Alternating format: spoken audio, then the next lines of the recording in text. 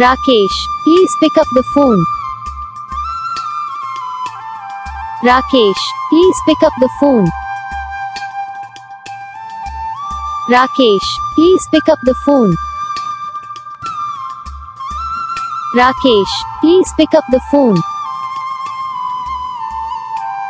Rakesh, please pick up the phone.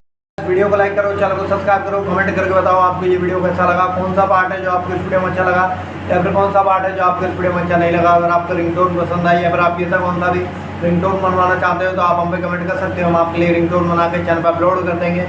आप वहाँ से इसे जल्दी डाउनलोड भी कर सकते हो। डाउनलोड करने के बाद चैनल को सब्सक्राइब कर लेना।